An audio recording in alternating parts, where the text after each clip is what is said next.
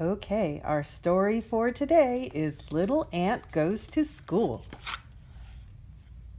Little Andy Ant used to spend each day with his pull toy, happily playing outside in the warm summer sun.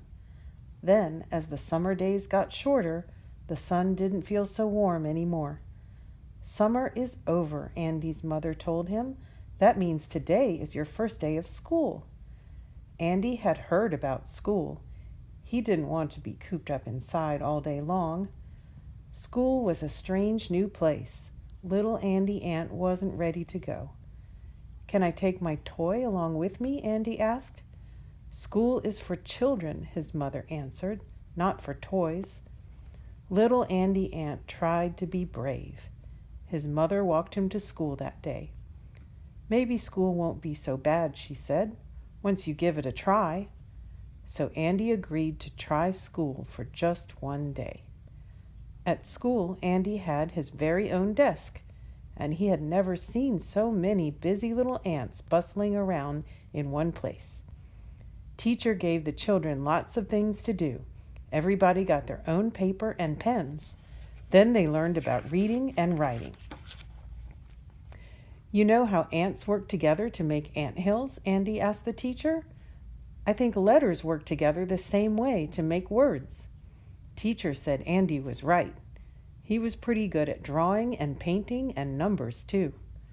Little Andy Ant strolled home from school after a long day. Learning new things was fun, and reading and writing were pretty cool too. "Maybe you were right," Little Andy Ant told his mother. "Maybe school's not so bad after all."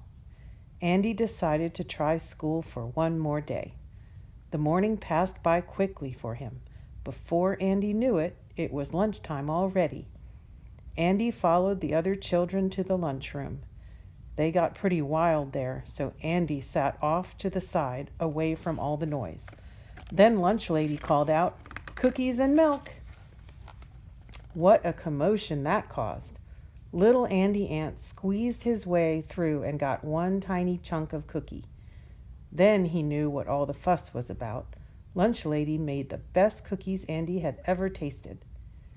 Andy trotted home from school. Lunchtime was a pleasant break, and Lunch Lady's cookies were especially good.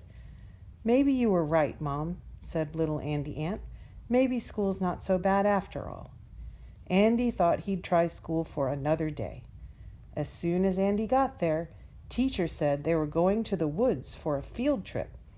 Andy learned about new plants and berries at every turn.